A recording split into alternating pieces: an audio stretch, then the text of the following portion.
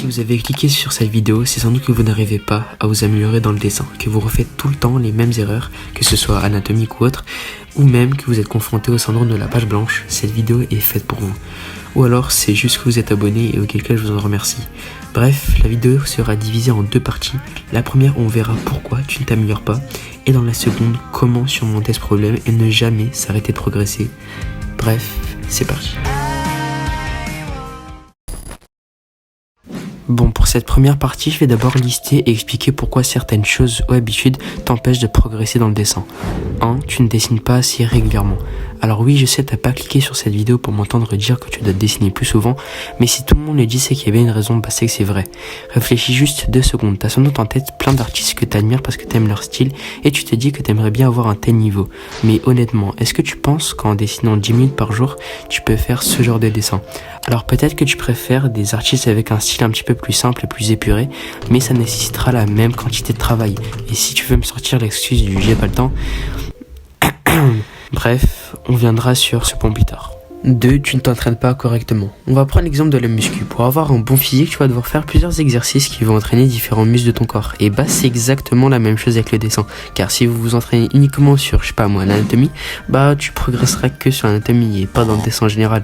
Et malheureusement, je vois beaucoup trop d'artistes faire cette erreur. Alors bien sûr, je suis pas en train de dire que l'anatomie ne sert à rien, mais plutôt de ne pas vous focus uniquement sur ça et d'aussi vous entraîner sur d'autres techniques. 3. Tu te compares trop. Alors le titre est un peu mensonger car pour moi c'est même une très bonne chose de se comparer. Le vrai problème c'est que tu ne le fais sans doute pas de la bonne manière. Car si tout comme moi tu suis des artistes sur Insta avec un niveau stratosphérique, tu t'es peut-être déjà dit que tu n'atteindras jamais ce niveau et que ça sert à rien d'essayer. Mais au lieu de t'apitoyer sur ton sort, essaye plutôt de te dire qu'est-ce que j'aime dans ce dessin et comment l'ajouter à mon style. 4e et dernier point, veux-tu vraiment progresser dans le dessin?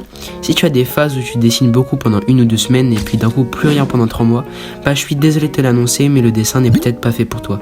Car si tu serais vraiment attaché à cette discipline, cela devrait être un plaisir sur le long terme. Et si ce n'est pas le cas, il n'y a bien sûr aucun mal, car le plus important c'est de faire une activité qui nous tient à cœur. Bref, il est temps de passer à la deuxième partie. Bon, dans cette partie, je vais expliquer comment s'améliorer et pour ça, je vais diviser chaque point en 2 parties. La première où je donnerai un conseil et la deuxième où j'expliquerai comment l'appliquer. Bref, sur ce, premier point, tu dois être plus organisé. Comme j'ai dit précédemment, il est très compliqué de progresser si tu ne dessines pas régulièrement ou que tu te focuses sur les mauvaises choses. Et c'est pour ça que tu as besoin de plus d'organisation. Et pour ça, j'ai une astuce. Alors, on serait tenté de dire qu'il faudrait dessiner, 2 heures par jour, alors qu'en fait, c'est la pire chose à faire car ce n'est pas du tout valable sur le long terme. Et pour subvenir à ça, la meilleure technique, c'est d'avoir un planning. Alors bon, je vais pas vous en donner un que vous devrez respecter à la lettre parce que ça dépendra de votre emploi du temps, de votre temps libre, mais je vais quand même essayer de vous donner quelques indications.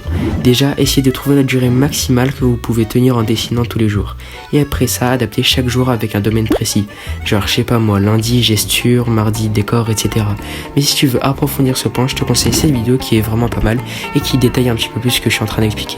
Bref. Deuxième point, développe ton propre style. Alors, le titre est encore mensonger parce que avant de trouver ton style, tu vas avoir besoin de copier des œuvres ou des artistes qui existent déjà. Et petit à petit, tu vas commencer à utiliser de moins en moins de références jusqu'à ne plus en utiliser du tout. Pour au final utiliser les connaissances que tu auras eues en recopiant des dessins pour créer ton propre univers avec ta patte à toi.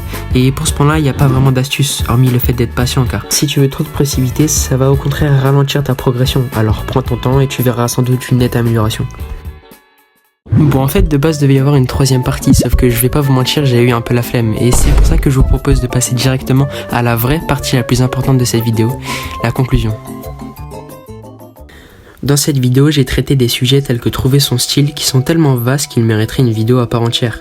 Mais j'ai essayé de traiter le sujet de la progression de la manière la plus globale possible. Bref, il y a de grandes chances qu'après avoir regardé cette vidéo, tu ne t'améliores pas, que tu stagnes ou encore pire que tu régresses. Car depuis le début, on parle de progression, mais qu'est-ce que ça veut dire en fait? Eh bien, pour certaines personnes, ça peut signifier faire plus de dessins, d'autres savoir mieux analyser, ou encore trouver son propre style du coup. Mais il y a bien un point qui est universel à tout le monde.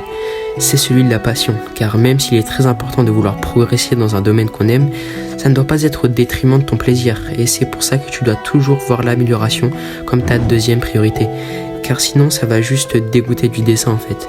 Alors pour conclure cette vidéo, cherche à t'améliorer de différentes manières, mais surtout fais-toi kiffer et dessine ce que tu as vraiment envie de dessiner, car c'est ça qu'est le dessin à la base, un loisir qui sert à passer du bon temps, voire même rassembler des gens.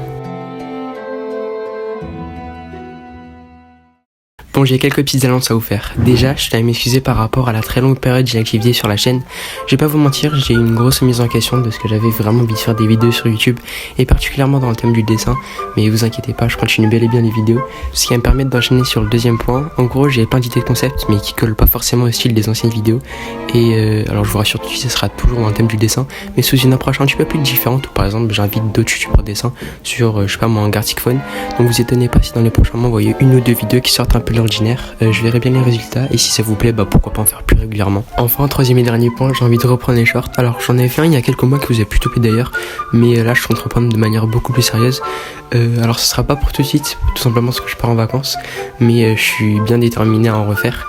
Bref, j'espère que la vidéo vous a plu, moi j'ai vraiment surkiffé la faire. N'oubliez pas de liker et de vous abonner. Moi je vous dis à la prochaine, ciao ciao.